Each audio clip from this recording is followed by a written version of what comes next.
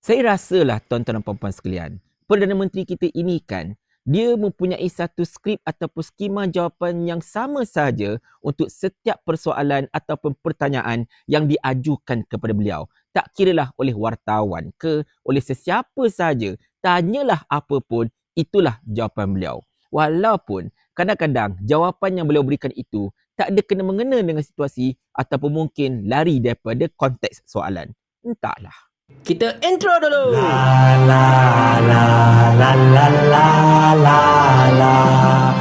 Assalamualaikum warahmatullahi. Kecoh baru-baru ini bila pihak bank telah menyatakan bahawa mereka akan mengenakan caj bagi setiap transaksi yang menggunakan sistem QR Pay bermula 1 November ini kepada para peniaga.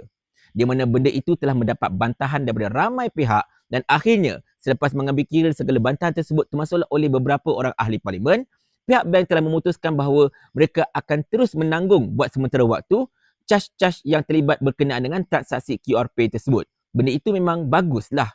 At least menggembirakan kita walaupun cumalah sementara. Tetapi tuan-tuan sekalian, bila diajukan tentang masalah QR Pay punya caj transaksi ini kepada Perdana Menteri kita Datuk Seri Anwar Ibrahim, beliau telah memberikan satu jawapan yang saya rasa macam agak tidak masuk akal sebenarnya. Kalau anda tak percaya, tonton. Itu saya dah bincang dengan Governor semalam dan mengikut dia penjelasan yang diberikan tidak dikenakan bagi golongan bawahan. Dan itu keputusan tu bank negara lah, tak boleh. Bank negara ada tugas dia biar dia jalankan tugas. Dan sekarang yang penting tidak bebankan golongan pendapatan rendah dan menengah.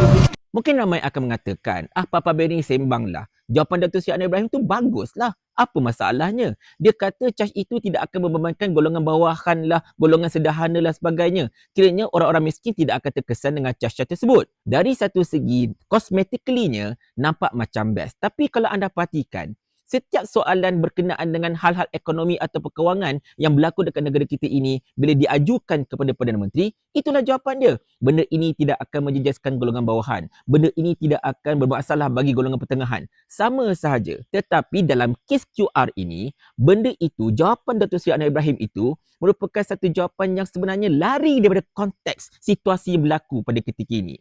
Izinkan saya ceritakan kepada anda. Pertamanya tuan-tuan sekalian, kita kena faham tentang sistem pembayaran melalui QR ini. Ataupun kita nak faham tentang QR Code itu sendiri. QR Code ini dia ada dua tau.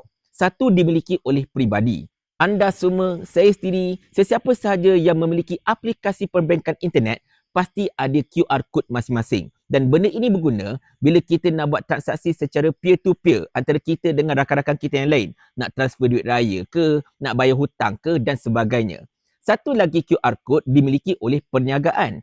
Contohnya ABC Sdn Bhd. Dia ada akaun bank, bank akan berikan QR Code itu khusus untuk perniagaan tersebut. Dan QR itu akan digunakan oleh perniagaan tersebut untuk urusan transaksi perniagaan. Kalau ada customer beli barang dia, dia akan bayar melalui QR tersebut menggantikan pembayaran secara tunai. Dan sejak COVID-19, pembayaran secara itu adalah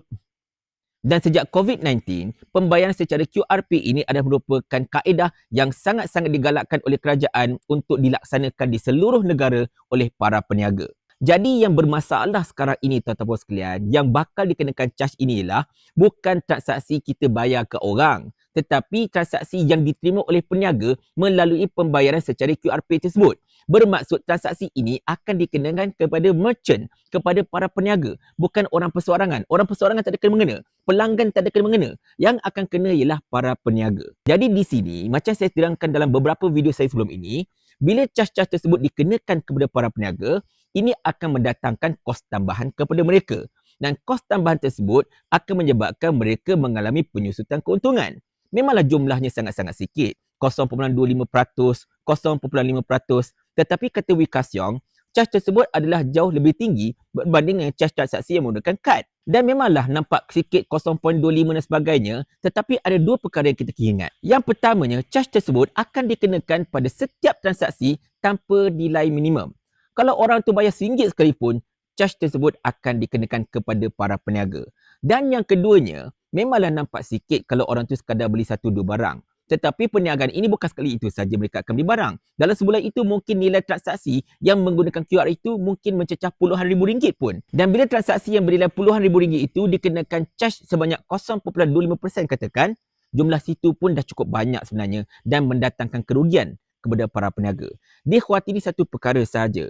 Para peniaga ini akan serapkan kos kerugian tersebut, kos charge transaksi tersebut kepada harga barangan. Dan ini akan membebankan semua orang, tak kira orang itu kaya, orang itu miskin, B40, M40, T20, semuanya akan kena. Sebab peniaga sudah menaikkan harga barang untuk tampung charge transaksi itu tadi. Anda pun tahulah peniaga-peniaga ini. Pantang ada charge sikit naik dia, ambil kau. Dia akan serapkan dalam harga barangan. Itu biasa, nak buat macam mana? Dan antara kesan lain, seperti mana telah disebutkan oleh Chu Chong Sin iaitu Adun Mengkibul, benda ini akan menyebabkan para peniaga keberatan untuk menggunakan sistem pembayaran nilai tunai, menggunakan QR Pay dan sebagainya.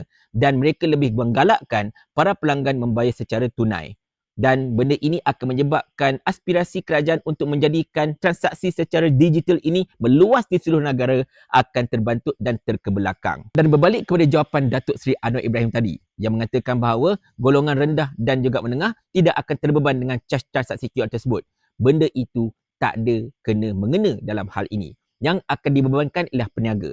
Bila peniaga dibebankan, peniaga akan meletakkan beban tersebut, mengalihkan beban tersebut kepada pengguna menerusi kenaikan harga barang. Jadi kepada Datuk Seri Anwar Ibrahim, saya ingin memberikan cadangan kepada anda. Sebelum anda menjawab apa-apa soalan ke daripada wartawan dan sebagainya tentang satu-satu isu, tolong fahami isu itu betul-betul. Kaji dulu isu tersebut dan ketahuilah tentang apa sebenarnya masalah yang sedang berlaku. Bukan main pakai jawab menerusi satu skema jawapan yang sama yang akhirnya akan menampakkan anda ini sebenarnya langsung tak faham isu, langsung tak ada grip tentang perkara apa yang berlaku dalam masyarakat pada ketika ini. Kalau anda tak faham tentang apa yang berlaku di kalangan masyarakat, macam mana anda hendak menyelesaikan masalah, betul tak? Tetapi itulah, kita nak buat macam mana?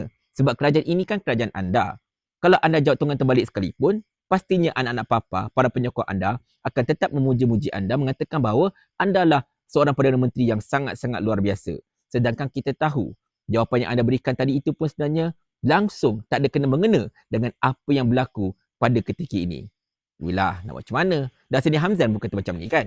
Kerajaan ni kerajaan kami. Jadi ikut suka kami lah. Paling kurang aku ada formula. Ni kau ada menteri berlambat-lambat ni satu formula pun tak ada. Otak letak dekat mana? Saya ulah. Sampai Abang Jamil mampus.